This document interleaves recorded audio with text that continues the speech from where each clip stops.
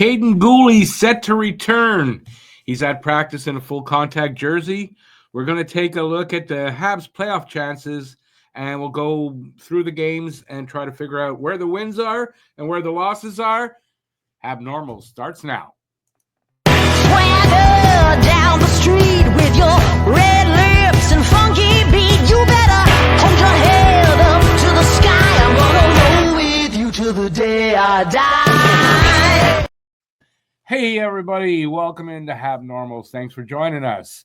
I'm Rick, as Alex always says on his podcast, one of your gracious co-hosts. And my other gracious co-host is down that way. And that's Matt. Salut. Matt, how's it going? You're gonna stay awake through the whole podcast, I hope? Oh, yeah. No, we're good. Okay, we're good. All right. So what we're gonna do here is talk about last week's games. We're going to talk about Kaiden Guhle coming back and who might come out of the lineup. And I was going over this this morning and trying to figure it out, and then trying to figure out how the pairings would go. And it's not easy. We're gonna have fun with that, I think. So I don't know if Matt has any ideas yet about that. We're gonna find out. I've got two. I don't know what sites they're from, but the percentage chance that Montreal makes the playoffs. They're both different, but we'll take a look at that, and then we'll go game by game and try to figure it out. Now, I did this in a video just the other day, and for the first three games, I got one right. And so we're going to take a look again and see if, at least for myself, if I find any difference. And we'll see what Matt thinks, because I haven't really had a chance to do that with Matt. So we'll take a look at that. And then we'll talk about we'll end with the 3 stars of the week from last week. It was 3 losses. You'd think, well, but you know what? There were you could make cases for 4 or 5 guys that could have been stars of the week for the Habs.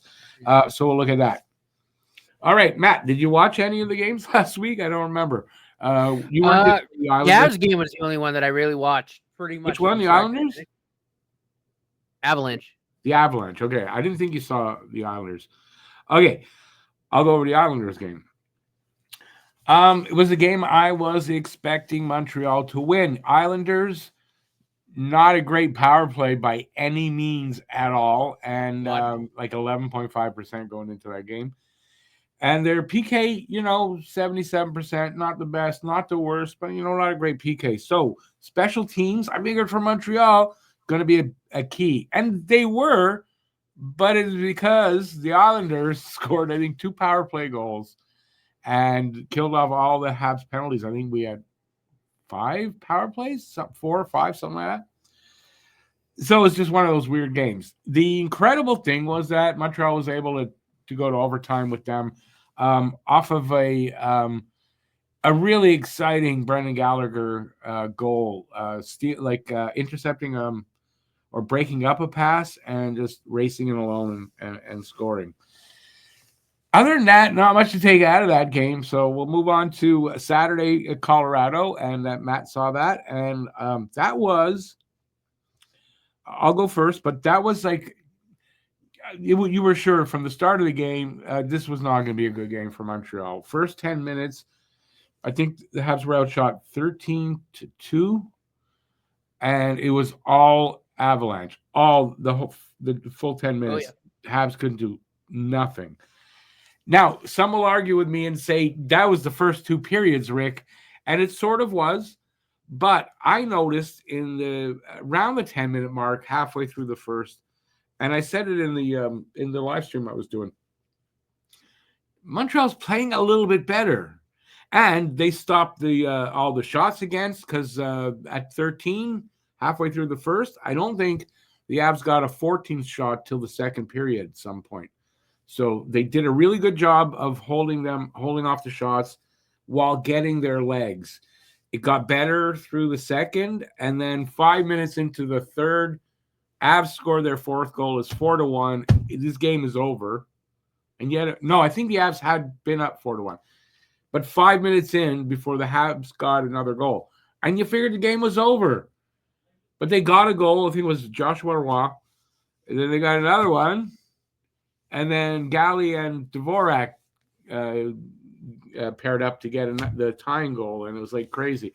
Now they did lose in overtime, but I mean, I'm not going to hold that against them. They shouldn't have even been to overtime by the looks of the game. Matt, you can finally talk. What did you think of that game? Yeah, no, you know, it really was. It was the tale of two halves, really. Yep. Definitely the first period. I'd say a good chunk of the second. I mean, it was all Habs. You know, I thought the game was over. Really, I didn't think we'd be able to come back and tie it. You know, I thought we'd probably pot a few goals here and there, but then the third period started and it was just like a flip switch. I don't know what Marty said in the locker room. Would have loved to have been a fly in the locker room during that second intermission, but the Habs came out and would just like balls to the wall. Dominated. They dominated the third. Nice. I mean, they really Without a took doubt. the game over in the third, and Yeah. they were It's able all to tie Habs. and go to overtime. And again, we ended up losing that game in the shootout, but the point's still massive. And even the OT loss to the Islanders, that point's still massive. That was the one game I actually got right because I thought they'd lose to Colorado, but in overtime, so in shootout or overtime, same difference for that. So that's the only game I got right. But yeah, I mean, there was no way you'd think the Habs would have won that game, but they did. It showed their character. It also showed something that, unfortunately, against St. Louis last night, we're filming this on Wednesday.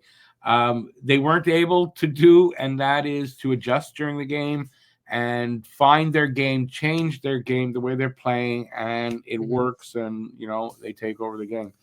They just weren't able to do that against St. Louis, but they did that against Colorado, no doubt. And Colorado's one of the good teams in the league, and this is playoff time.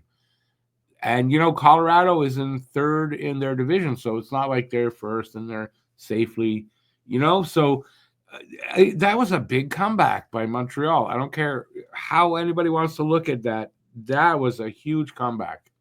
No, it was. I mean, that was a character game for sure. And again, we could pick apart the St. Louis game if we wanted to, but again, I think a lot of that had to do with the guys. I know it was I think it was two days rest, but I mean, I don't know. Maybe they were a little tired. I know, the first few goals Monty had no chance on. I'm not blaming him, but I don't think he really had the best game. Defense left him out to dry like laundry. No doubt about that. No, that's all. You move on. Like we're as of this recording, we're still on the second wild card spot. The other teams around us lost, which was big. Yeah, well, the Rangers lost. I mean, Detroit, even if they won, would still be behind Montreal. But the Rangers lost, which was big because if they would have won, if I'm correct, they'd have passed us or tied us in points, and it would have switched. So they got a lucky break there. Yeah, it's a game you can throw away, they should. They should just put it behind them and look forward. They should only be looking in a forward direction at this point.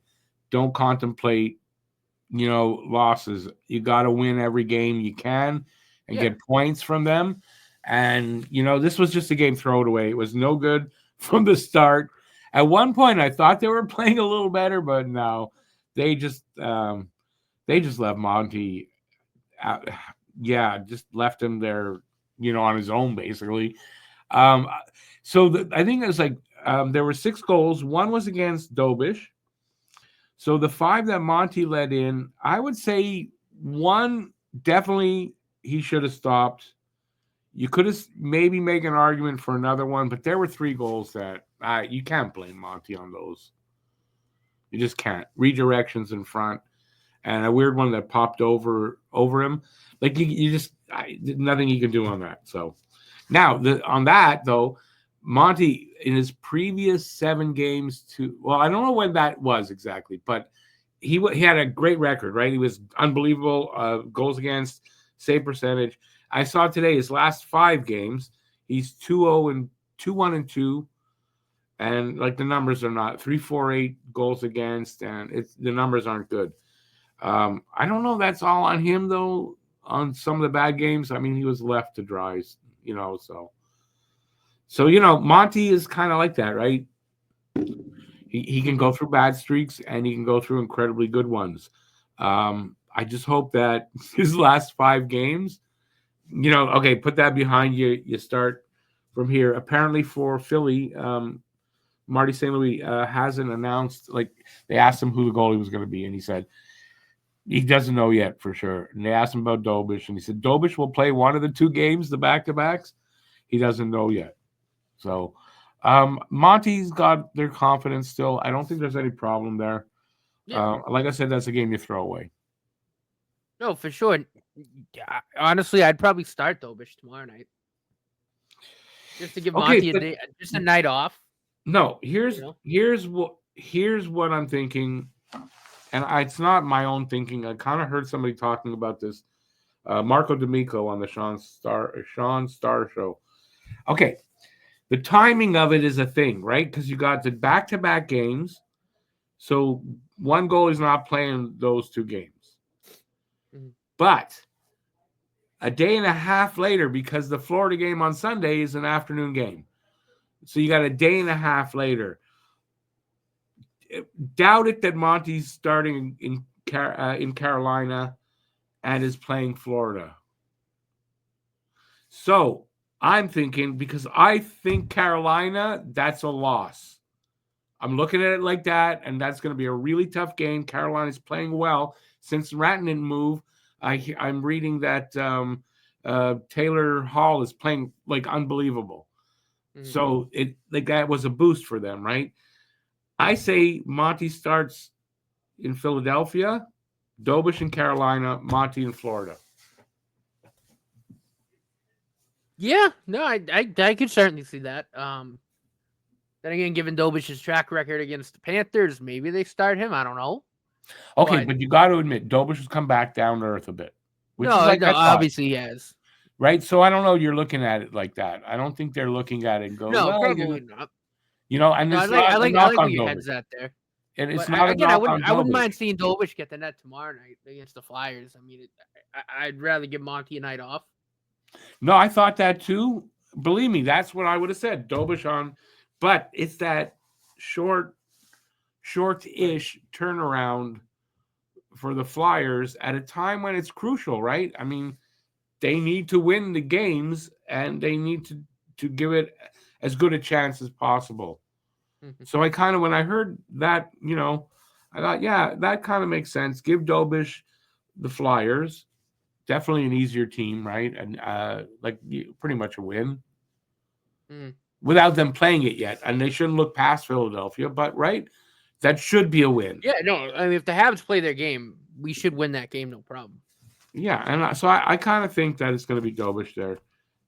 No, sir, excuse me, I got that wrong again. We're going to see Monty tomorrow night. We're going to see Dobish against Carolina.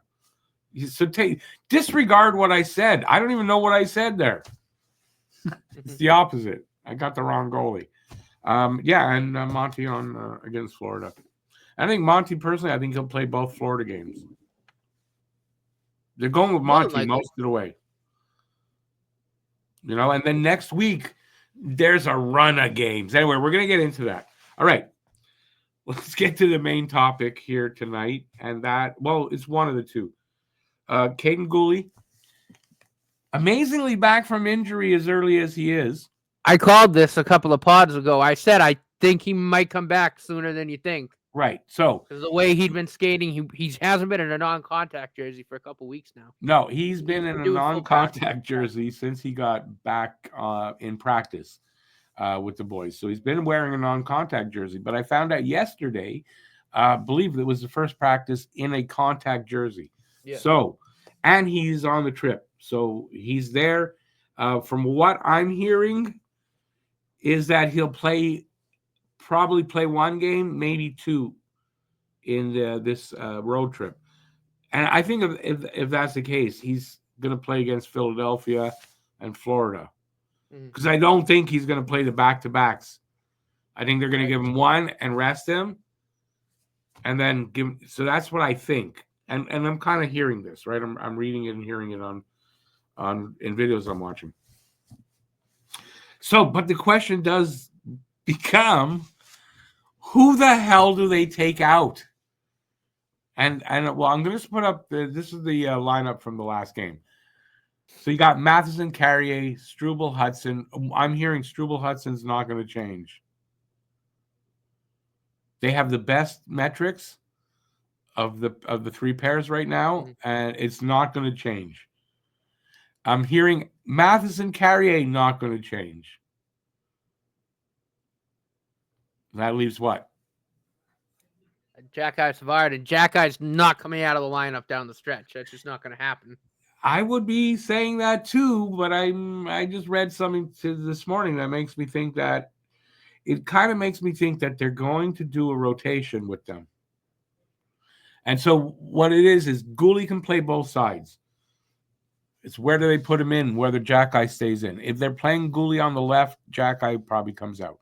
If they're playing Guhle on the right, Savard comes out.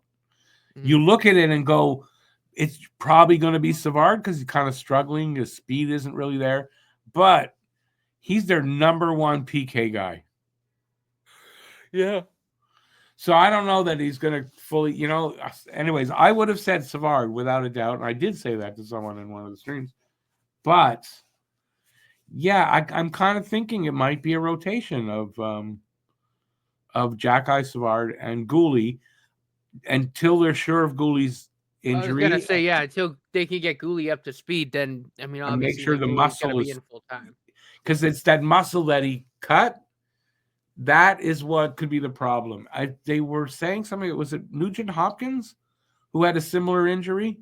Came back early in that it was a muscle in the leg and came back too early. The muscle wasn't fully strong enough for NHL action and got hurt again. And I'm sure they're going to try to avoid that with Guhle. So I'm sure they're going to monitor him closely. And if he can't play every day, he won't. And he'll rotate. But I don't know that you're going to play Guhle on the third pairing, though. That's the thing. Well, again, just to get him up to speed, because he's coming back. For a game or two? Quad. So, for a game or two? Yeah. Maybe three, I guess. I don't know. It seems weird to me. So if you're looking at here's the other thing, right? Like you don't want to give him a crap load of minutes. I mean, I think just in general, like I think you'd start him on the third pair anyway. But you're in a playoff hunt right now. It's going off count for a second, but I think you're right. I think you know what I mean. Like right. you need him to play in the playoffs if you make it. So they're not like it. It makes a lot of sense to have him in a rotation on the third line to get him up to speed, and then if he feels 100%, yeah. Maybe the last couple games of the year, put him back on the minutes he's played. And if you're in because again, you don't want him to get hurt before the playoffs because you're in that hunt right now. You know what I mean? Yeah, he's their best defensive defenseman. So you can't, you can't afford to have him get hurt again right before the playoffs. I mean, that's the part I guess I wasn't thinking about, but you're right. It's the minutes played. The third pairing is playing about 13 or so minutes a game. Right. That's about right for Guhle in his first few games. Yeah. Yeah. So I guess it depends what side they're going to play him on. If they're playing him on the right, Savard comes out.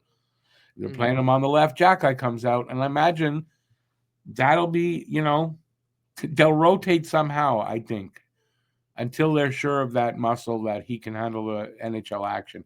Because you can imagine, even though it's playoff hockey now, it gets more intense once you get actually into round one. Mm-hmm. So you want to make sure, So it's just a question of who comes out, and I don't think there's another answer to it because the way Struble's playing and playing with Hudson, I don't think that's going to change. No, I mean, like I said, they get closer to the end of the year, and if they're still again, I kind of expect them to still be in the playoff hunt, but if they're a couple of points clear, especially in the second wild card spot, then I think they put him back maybe I don't know, maybe with Matheson, I don't know, to ramp him up back to his regular playing time. Again, to get ready for playoff hockey, should that be the case. But I think it's smart, to play him in a rotation for now, just to get him up to speed. Yeah, you got to get that. Let him test that quad out. You're not playing him a million minutes a night, so it should be easy on the quad. Yeah, you got to get him up. Skating's easy on any muscle, but I mean, it's better than play because he usually plays 25 minutes a game. something like Over that. 20. I think over 20 anyway. So Yeah, around that. yeah, it Right? might not be up to 25, but just 22, 23 He's maybe playing around in there. the 20s. He's playing somewhere in the low Yeah. 20s, averaging. So, yeah, you can't have him doing that, but you want him to be able to do that if you're making the playoffs. You want him in the playoffs playing that 20 minutes. So you Right. got to get him there. Yeah. It's just that if you look at it, I mean, just look at the guys there. Strubles apparently is going to be Hudson's partner for the rest of the season. As long as he's playing, it's working the way it is, and it is working. Guhle, who was a good pairing with Carrier. Okay, so if you put those guys back together, then what do you do with Matheson? You're not playing him on the third pairing, are you? I don't know. At that point, do you go back to Matheson, Hudson, Guhle, Carrier, and then I don't know. I don't Struble? think Matheson, Hudson, metrics and all that were nearly as good as Struble and Hudson. No, I don't think So, they were either. I I gotta want say, to. I'd keep Struble and Hudson together. yeah, So like, I don't think Struble yeah, I don't Hudson is know. going to change. I don't think so, from what I'm hearing too. Yeah, I don't think So so it's either. it's a hell of a dilemma, but it's a really good dilemma to have. Yeah. And you know what? If guys are playing well together and you can mix and match, and they play well together, then you mix and match as need be by the matchup that you're facing, or the night, or how guys are feeling. Anyway, we thought we'd take a look at that, and let us know in the comments. I'll get rid of that. Let us know in the comment section. I get it for the people listening, by the way, on Spotify. If you are, you might not see all that. You won't see all that, but let us know in the comment section. Any ideas you guys have out there for, what you would do with the defensive pairings when Guhle is back in the lineup, which literally could be tomorrow night. So, all right. So we hit on something that would have been a really great segue, and that's the chances of making the playoffs, right? So I have here two. I'm going to come back on camera. I've got two things. I don't know who this one is from. I've seen. Wait, I'm supposed to go back on stage there. But before we continue, I gotta ask: did Lou get you that shirt? Yeah, she didn't get it for me. She got it for our youngest, who has recently lost a lot of weight. It's too small for me. It's a little tight on the shoulders, but yeah. Why? You can tell because it's Elvis. Oh yeah. I was looking at him like, who's that shirt? And then when I was like, oh, it's Elvis. Lou definitely got it for him. Yeah, so I thought I'd wear it. She gave it to me today, so I thought I'd wear it for the show. Sure. If you're watching, Lou, that's for you. All right. So this, I don't know where this is from, what site, but this is a percentage of making the playoffs. If you want to go from the bottom up, so Detroit's at 7.1%, Blue Jackets are at 9.4%, Vancouver 17.3%, Islanders are at 23 point. I don't know if that's 8 or 3.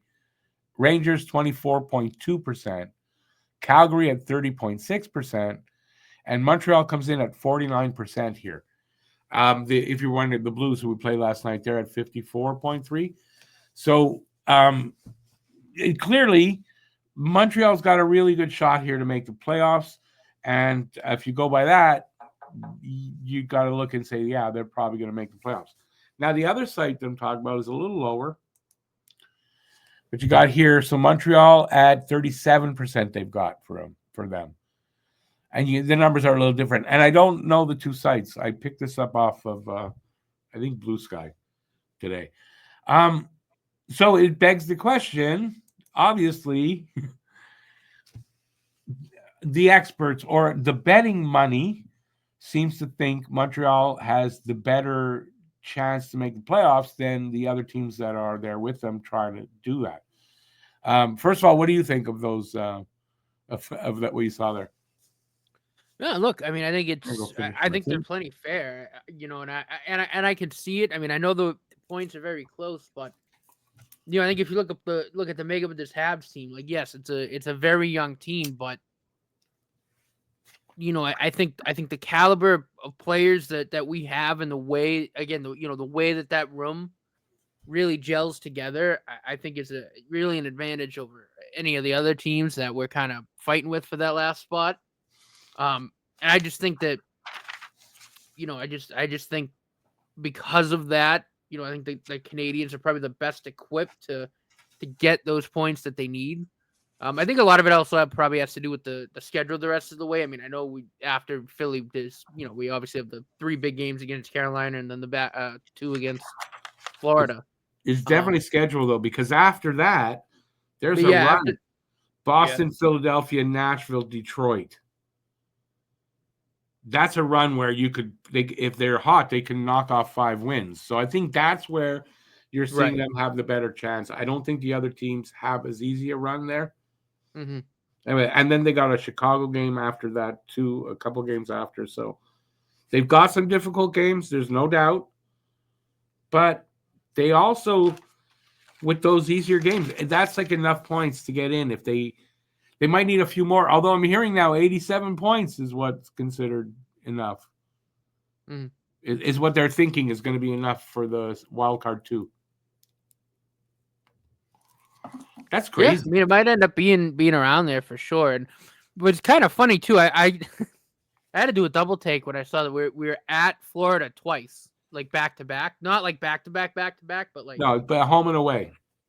Is it a home and away? Because I saw, I might have just misread it. Yeah, it's a home and I meant home and Florida twice. I'm like, that's weird. Yeah, I meant home and home. It's a home and home. They're in Florida on Sunday and in Montreal on Tuesday. Cool. Yeah, I thought that would, if it was at Florida twice, I'm like, did they just stay down there? That could be a really good thing, though, right? Especially like if on Sunday, if they happen to win that game on Sunday, and then we've already beaten them twice, then I like their chances even more on Tuesday. Mm-hmm. But now if we lose on Sunday, it makes Tuesday's game a little bit, I don't know. But yeah, it's big right now. This next, even the Philadelphia game, because it's kind of really important they win that game. These next 4 games might break their season if it goes bad. Mm-hmm. Right? Yeah. Because even if it goes bad, and even though they have those 5 games I just said, after that it might not, if it goes bad here, it might not be enough for you to get back into it. In other words, what I think I'm trying to say is, at this point forward, you don't want to lose that wild card spot even temporarily. Yeah. I think that's what I'm saying. So, even though Philadelphia, you look at that and go, well, it's a shitty team. Yeah, it should be good. No, you don't know that. Because even Philadelphia is a shitty team. They want to spoil this shit for Montreal.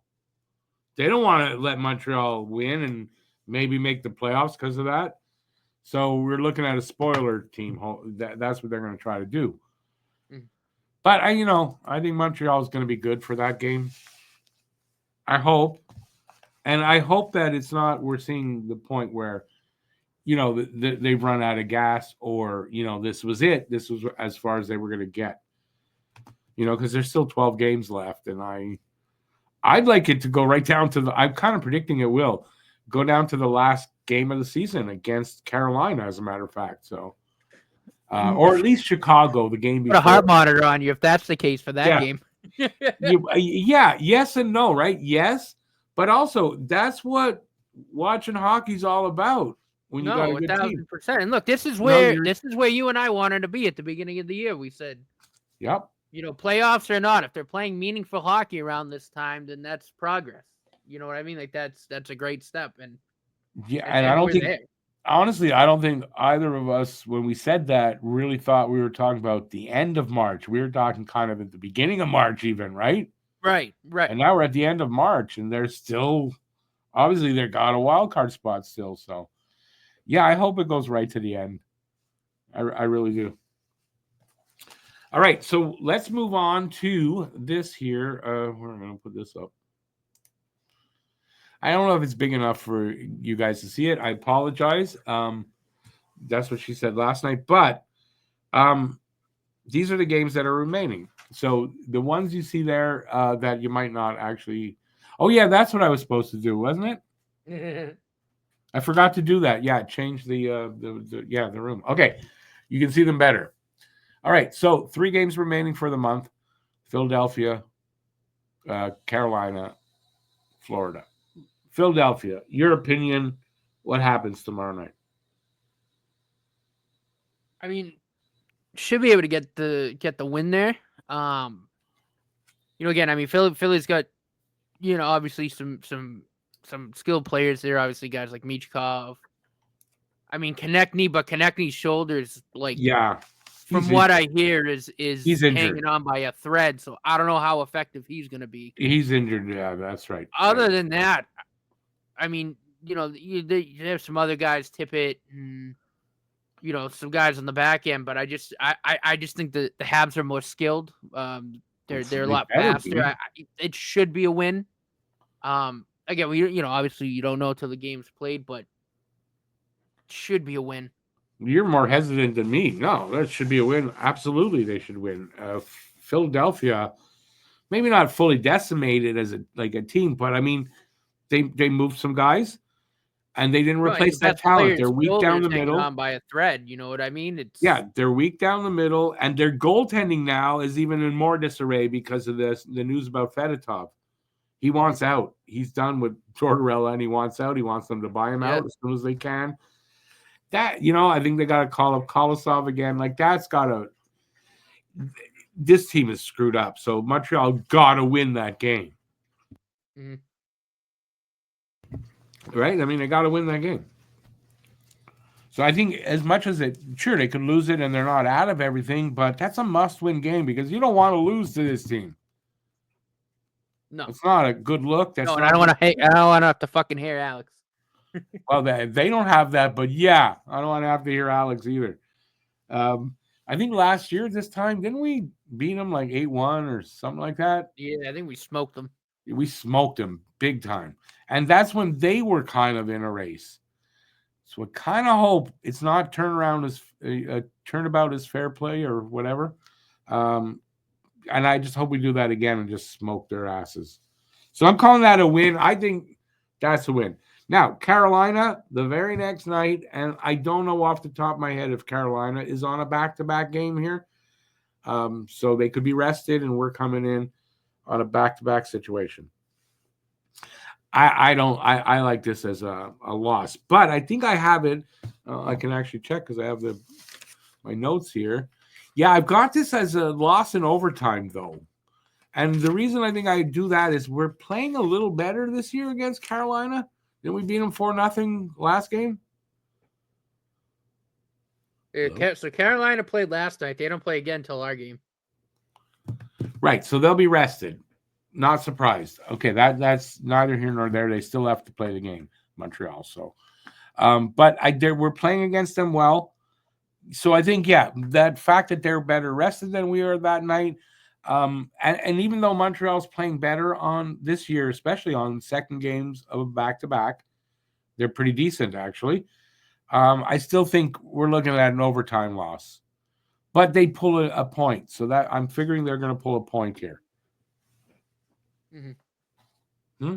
That's it. That's all you got to say. Yeah, no, look, again, I think, and those points are important. Like, I think if you're gonna lose any of these games, go to overtime. Go to overtime. Those points are incredibly important. That's right. All right, so we got Carolina as a loss, but in overtime.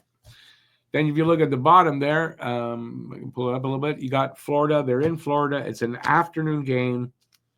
They've got over a day to rest. So as far as the skaters go, I don't think there's a problem there.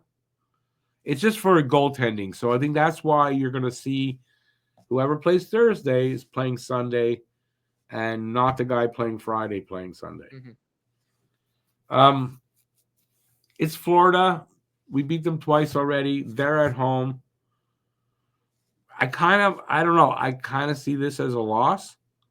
And I have it as a 50-50. So what do I mean by 50-50? I kind of think it can go either way. They could be a loss, and I'm saying a loss probably in regulation, or they win. And if they win, more than likely in overtime. So, but I do think they'll probably lose that game.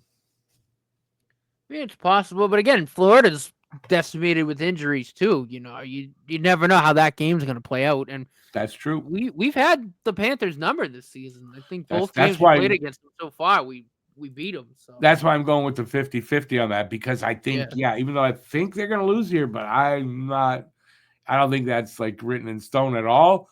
And I think Montreal, playing better against Florida this year can beat them. And I'd love to see it because, we play them the next game after that, and maybe we get a sweep of Florida. That would be awesome. Another one of those benefits that even if we don't make the playoffs or whatever, the meaningful hockey late in the season, and then maybe we sweep Florida. That's pretty awesome, I think. Let's go on to that second Florida game. And I have that as a win. And why do I have that as a win? Because I have the other game as a loss. I mean, maybe a win, but as I'm thinking a loss, I kind of don't think they're going to lose twice in a row to Florida. I don't have any other reasoning than that. yeah, I mean, but they're home too in this game too, and I think that home. again, the home crowd will be behind them. Yeah, should be a win. Thursday night against Boston should be a win. Oh, let's get to that. Yeah, because Florida, we'll leave it at that. I don't think we'll have to get further. But then we get Boston in town and a Boston team that we don't have to be afraid of. Right? As far as they're a better team, not this time around.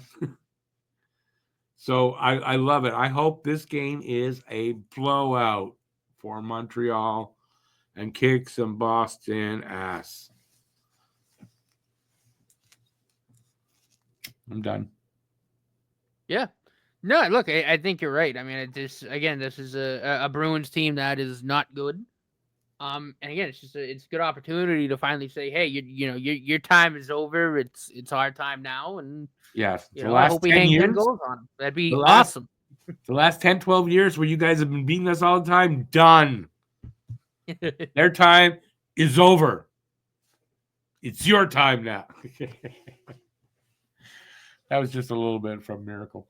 I think Boston. I think we kick their ass. And then Saturday, Philadelphia is in Montreal. And I just think we repeat whatever we did on, like we're going to do tomorrow, the Thursday game. I think we just repeat that. Yeah. No, I agree. Again, that's a very, very winnable game. Yeah, can't imagine Philadelphia is going to be any better at that point, right? It's not right. If anything, they might even be a little worse. So I think there's a win. So there's well, if you look at it, that's 3 wins in a row. If it comes out the way we're talking, that's 3 in a row. If that comes off and they did okay as far as pulling some points out of the games, the road trip that they might have lost, that might cement it right there, depending on obviously how the other teams are doing, right? But I mean, that you're right. And then they go to Nashville. Right? Nashville. We should kill Nashville. Woof.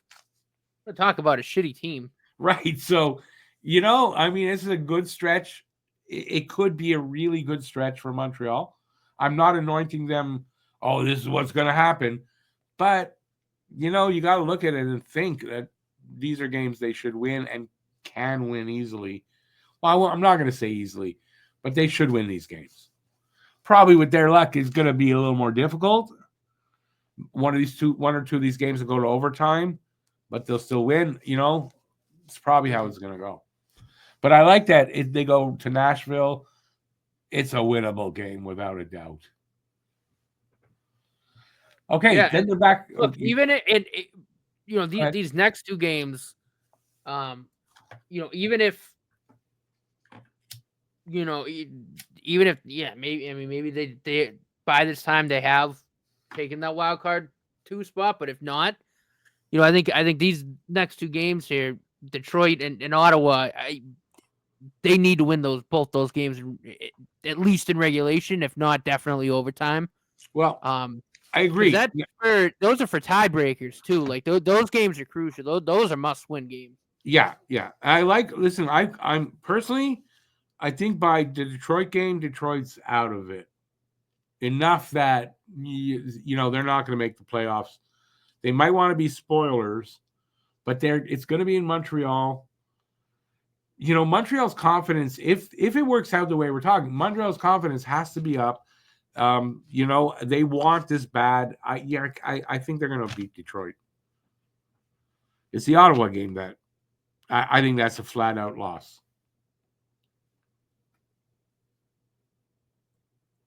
Yeah, no, I mean it's very possible, but again, we don't know where they'll be, but they should have that first wild card spot locked up by then. Yeah, I mean they're playing well. I don't see them falling out of it, and we have our difficulties enough with Ottawa. They're going to want revenge on the last game we beat them, and I just feel, and it's in Ottawa, so and first game of a back-to-back situation. Right, and then let's move to the next game on the second game of the back-to-back is Toronto on a Saturday night in Toronto. I'm never going to say Toronto's going to win this game. I don't care. Nope, I don't care if half the team is dead on our side. We're beating Toronto. Yeah, no, I agree. Fuck the Leafs. And if it really is going to be a really good night and a perfect night, it's going to knock Toronto out and into a wild card spot. True. You never know, right? Aren't they kind of in danger of that happening? I don't have to look at the standings. I don't know. Although at one point maybe they've started playing better, but last week anyways. So, and that part I don't care about. We beat them though on a Saturday night, especially in Toronto. That would be just perfect. All right. Well, then we got 2 games left in the season. I mean, Chicago, that should be a win. Chicago. They're trying to get Michael Misa. That should be a win. I don't, Yeah, you got to think. They could try to play spoiler, but I just don't think that team has enough anyway. At this point, the Hurricanes are probably resting guys by this point, and again, by that point, we might have that second wild card spot locked up. So might be locked up, yeah. But I agree. I think Chicago, they're not. Why do they want to be spoilers? They want to get as low as they can, right? They want that number 1 pick. So they're not trying to win that game. I mean, they are. The players are. But, I mean, management and all that. They might make decisions on roster, who's in the game. That might be beneficial to Montreal. Even though that they don't have to rest guys, but they don't want to win, I got to think. And then Carolina, you got to think they're resting guys. And I don't know where they're sitting right now for a playoff spot, but I don't think Carolina's going to be like, well, we got to win this game or the last game of the season, or we need, I don't think they're going to be in that spot. So yeah, resting guys, and I think 2 wins to end it off. All right, let's figure out. All right, is there enough points? They need 87 points from what I'm hearing today. So let's say 89. Right? And they're sitting now with 75. 14 points they need. 7. So 2. I mean, both games against Philly. Boston, let's count them up. Let's count them one at a time. Nashville. Wait. One of the Florida games. You're at 5 already. Wait. Chicago, that's 6. Let's go one at a time. Philadelphia, 2 points. Carolina, if it goes the way we're talking about, is 1 in over OT. Florida, I'm going to say not giving points because I kind of think it will be a loss, and I don't know if that'll go to overtime. The second Florida game, 2 points. Boston, 2. Philly, second game, 2. Nashville, 2. Detroit, 2. Nothing in Ottawa. 2 against Toronto. 2 against Chicago. 2 against Carolina. So that's now we're not saying this will happen. We can take that down now. Just give me a second, people. Remove and put us back. That's like 18 points, 16 points. We're back. On there? So I'm not saying that they're going to win all these games. I'm not. But if they do, It's 2, 4, 6, 8, 10, 12, 14, 16, 18, 19 points. Now that's ridiculous, and I get that. They're probably not getting 19 more points. But there's room for there for them to lose a game or two and still have enough points. So, and I think that's why you're seeing those numbers for them making the playoffs. Yep. That is, 49% or near 40% is because of that, their schedule. So, yes, I do. Well, it's a believe game that like they can with the make playoffs. Rangers case anyway too. Like I think we still have 2 games in hand on the Rangers too. So We do, yes. and I think I think Detroit's got games in hand on them and Columbus. So they're really up Schitt's Creek. You know what I mean? If you think about it, because Well, they really can't afford to keep losing games. Yeah, no, it's imperative on them that literally like don't lose another game. And the way they've been playing and everything, they're going to lose a couple of games at least. Yeah. Right? At least, right? So, yeah, so if Montreal can get back on the horse and back on the winning track, I think we're going to have playoff games this year. Yeah. It's kind of crazy, but now for beginning of the season, both of us, we thought we were going to be having playoff games. We were pretty sure. Then they I didn't say playoffs, but I said meaningful games, hopefully around March. That was my prediction. You're right. My hope, and they've exceeded it because now we're talking playoffs. You're right, but I mean, we were kind of like when we were like getting ahead of ourselves. There were some points where we said playoffs. We're going to have playoffs. But hey, in the end, even though it looked like anything but, and then it looked like, wow, we're the greatest. Oh, anything but, and wow, we're the greatest. And then here we are on the verge of hopefully making the playoffs. So yeah, a successful season for Montreal right now. Yeah, and I think really honestly, regardless of what happens, I think it's a successful season. Well, that's what I'm saying. Like, it's a successful season. Even right now, you can say this has been a successful season for Montreal.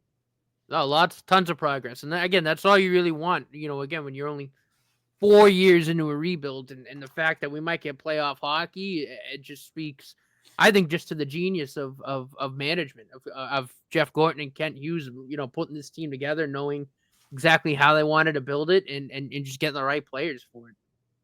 I mean, that's what it comes down to, right? Like they put this, obviously guys like Guhle, Suzuki, Caulfield, where Bergevin guys, and obviously some of the old, guys like Anderson, guys like Galley, but in terms of the younger talent, right? Guys like Jake Evans, guys like but Lane Hudson, bringing Line in, bringing Carrier in, even the other guys you mentioned, they had to develop them though. So right, they still have a hand in it. They had to continue the development, like for Slav as well. Slav was their pick, but I mean they had to develop these guys further along. So still good work, and picking the right coach for the job, right? I mean, if anybody's still shitting on Marty St. Louis, they need to get banished.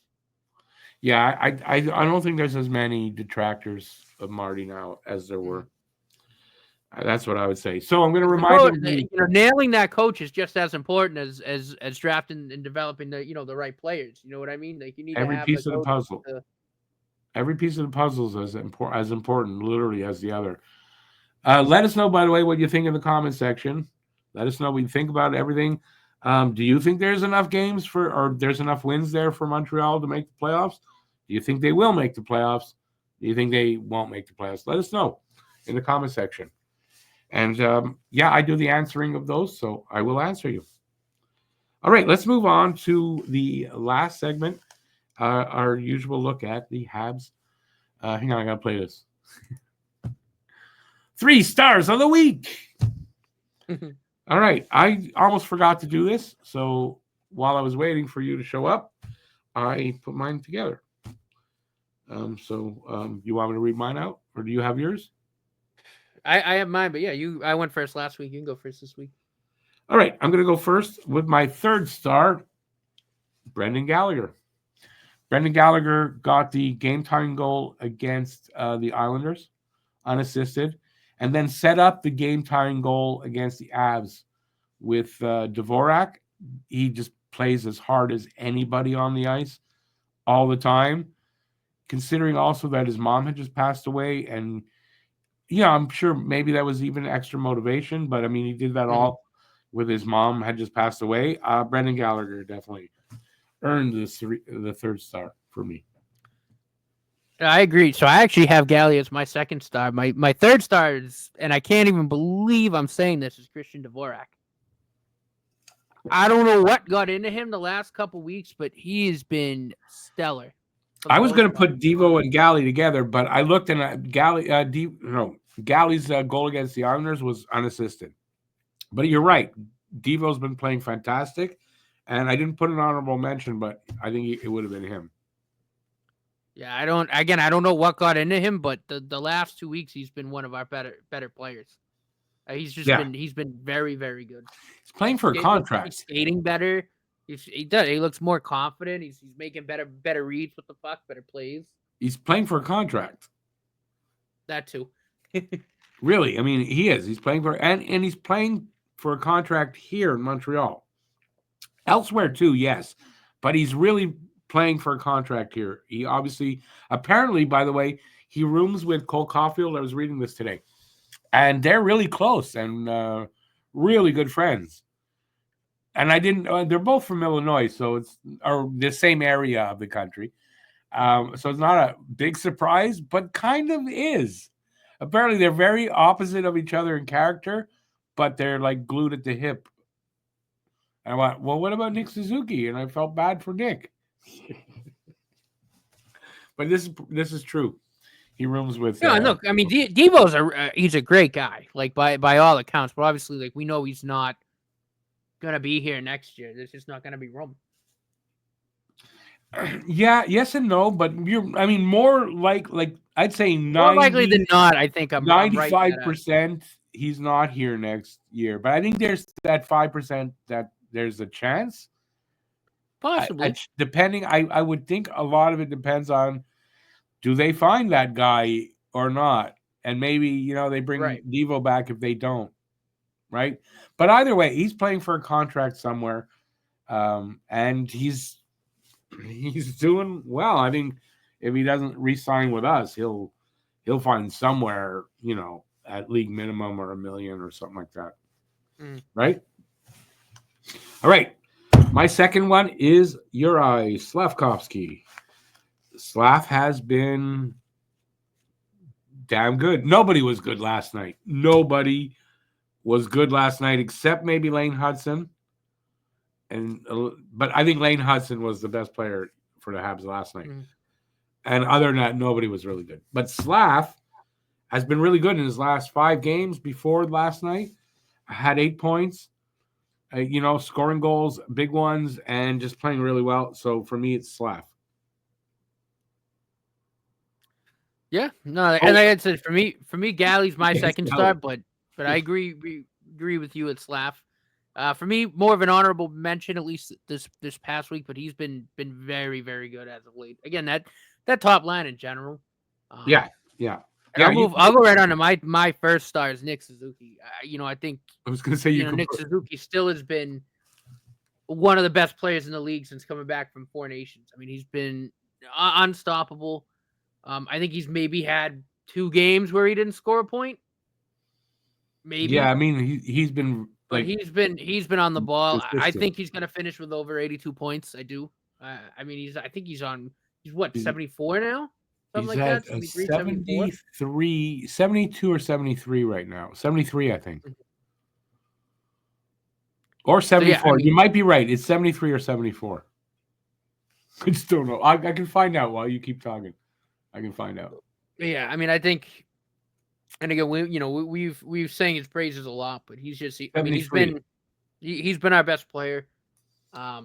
He's a great leader. It's just, he's just really. I mean, I think he's like in the top 3 in terms of points since they came back from the 4 Nations break. And by the way, he's at 73. He's at 73 with 12 games to go. He's over a point a game. He's at 85 plus points. More than likely, right? Probably be around there, yeah. Yeah. I mean, that's what pace he's on. 87 probably right now. Mhm. This is pace. And that was his goal, by the way. One of his goals for this season was to be more consistent and put up a point a game or more. And I heard this in an interview with I don't know if it was Kenzie or it was some girl interviewer, and yeah, I heard him say that was one of his main goals. I think he's going to accomplish that. He's only 4 points off of his career high, 77 last Right. season. And I've said this a lot. When talking about Suzuki, like every season he's played, he's gotten better by like 8 to 10 points. Yeah, his Every points season. totals goes up, except the one season where it was shortened because of COVID, and he stayed at 41. Right, but I think if you prorate that, it still would have been better than the Yeah. season before. Yeah, I'm know just what I talking. I'm just talking the number, the actual number. But other than that, yeah, he goes up every year. And then wait till next year when he's got somebody behind him, where he's not the only guy that you really got to shut down. Mhm. When he's got options around him, wow, wait, his numbers are going up. So anybody doubting Nick Suzuki can hit 90? Yeah, I think you're wrong. Anyway, Nick Suzuki would have been. I was considering him for each of these 3, 2, and 1. My number 1 is Lane Hudson. Lane Hudson's been, in a week where we lost all 3 games. I gotta say, in every game, even Tuesday, because Tuesday he set up that beautiful goal by Suzuki. Yeah. Was like, that was a great goal. So even in all 3 games, Lane Hudson was more than noticeable. So yeah, I got Lane Hudson for that. But like I said, Nick Suzuki, I could have put him here, and I did consider him along there. And I didn't put him as second or third. Kind of wanted different names in here at that point, but there you go. Don't forget, you guys out there, if you want, leave us who you thought it was in the comment section. Your 3 stars of the last 3 games, because there's usually 3 games in a week. So if you're considering it, it's the New York Islanders, Colorado, and the St. Louis games. That's it. I think we're done. Yeah. You got anything to add? No, not really. I think we hit the nail on the head there, and go Habs, go baby. I want playoff hockey, man. Yeah. I'll tell you honestly, as much as it's the end of the season, and at this time, I almost can't wait for the games because we're off at that point, right?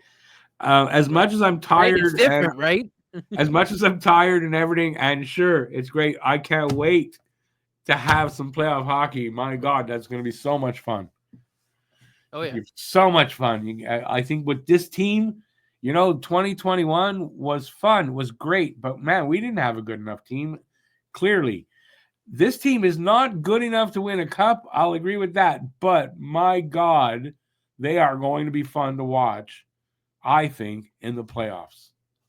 Oh yeah, for sure. So I can't wait. We'll get around. I'm not looking beyond that.